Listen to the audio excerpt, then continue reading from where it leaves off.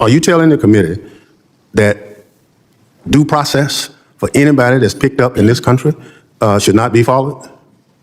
Congressman, we have utilized due process as it is laid out in the tools that Congressman Bennie Thompson pressed Homeland Security Secretary Kristi Noem over two explosive issues: the future of FEMA and whether the Trump administration is honoring constitutional due process for people detained by ICE.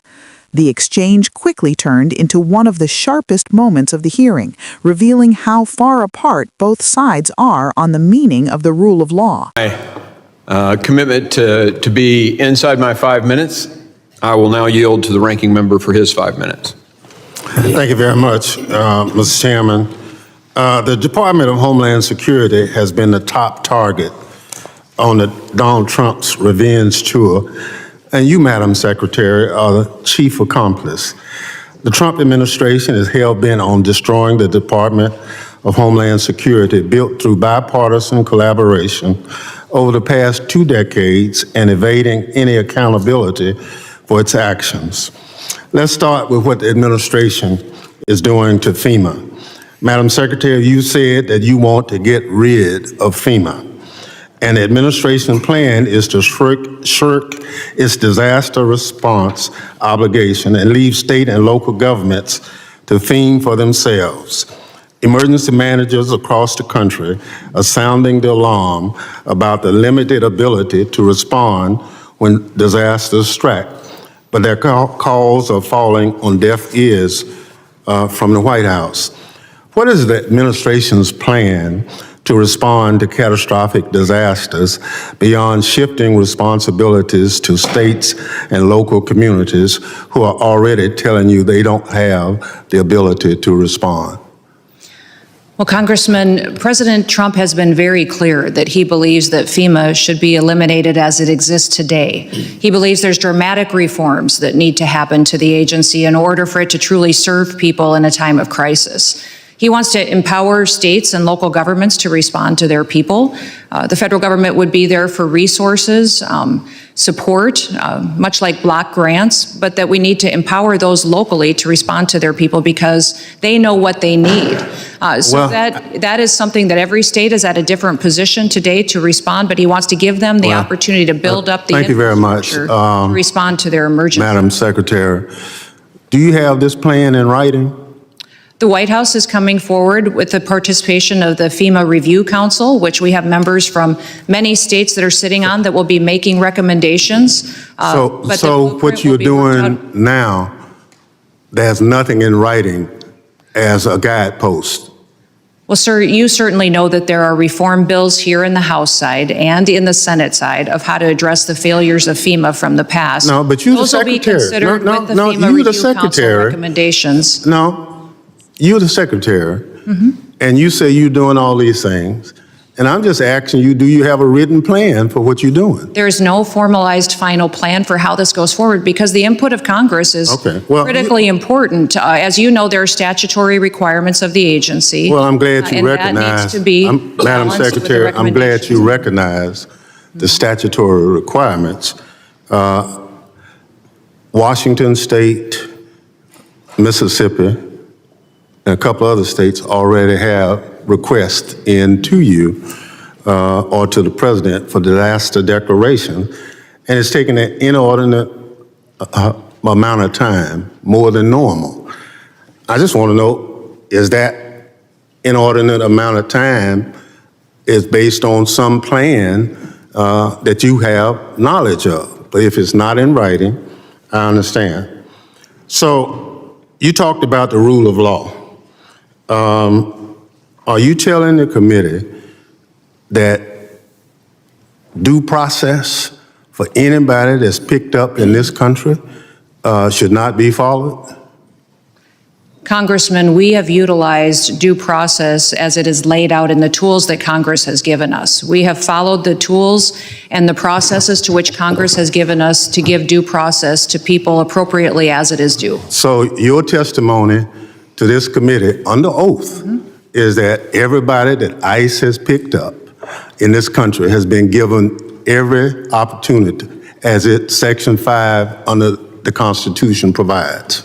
Correct. I believe everybody has gotten due process, and every person has been treated appropriately according to the civil or the criminal action to which they were encountering individuals and brought into our detainment and then also removed from this country. So your answer is yes. The tools that you have given us No, as this no, I'm body talking about for the due process Constitution of have the been United implemented. States. I'm not talking about tools.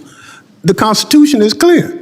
Correct. And your testimony under oath to this committee is that everybody that ICE has picked up and any other agency of DHS has conformed to those statutes. For example, Congressman, expedited yes or no? removal. No, I don't need an Expedited example. removal is one of the Madam tools Secretary, that you have I given got us to 4 utilize seconds. as due process. I just need a yes or no. Sir, that is the due process tool that you have given us to utilize that has been appropriately. So obviously, Gentleman's time has expired. I know. I have a unanimous consent request, Chairman.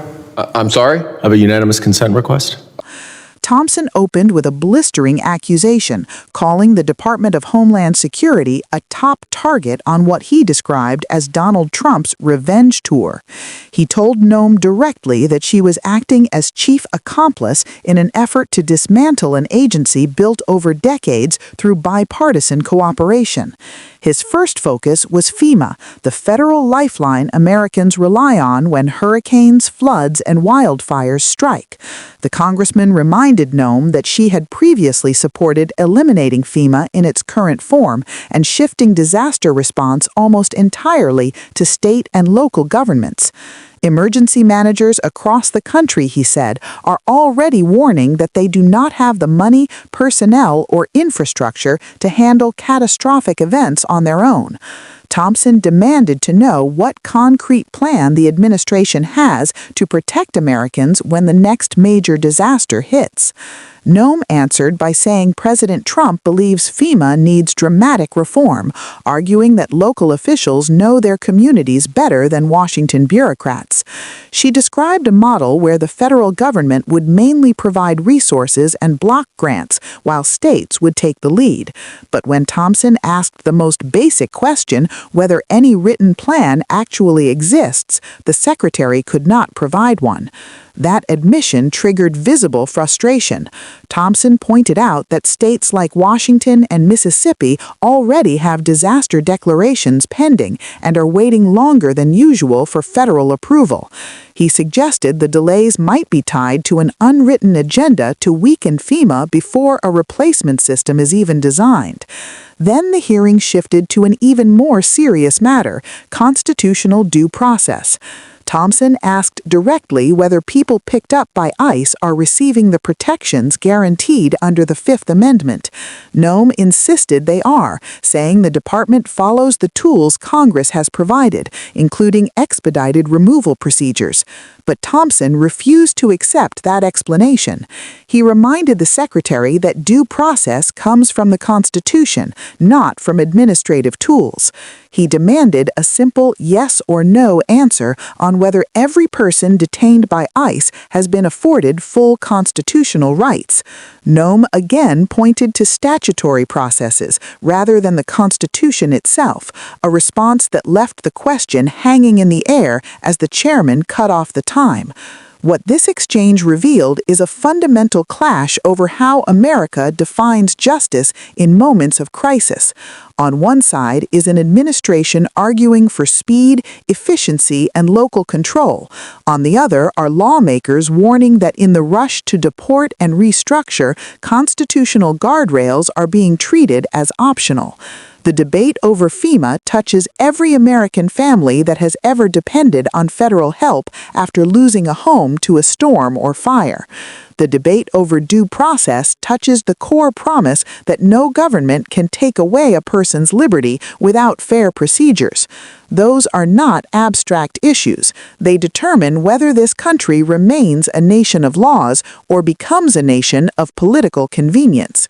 We will continue to follow these hearings and break down what the answers and the non-answers mean for ordinary people. If you want honest, in-depth coverage that goes beyond sound bites, subscribe to the channel so you never miss an update.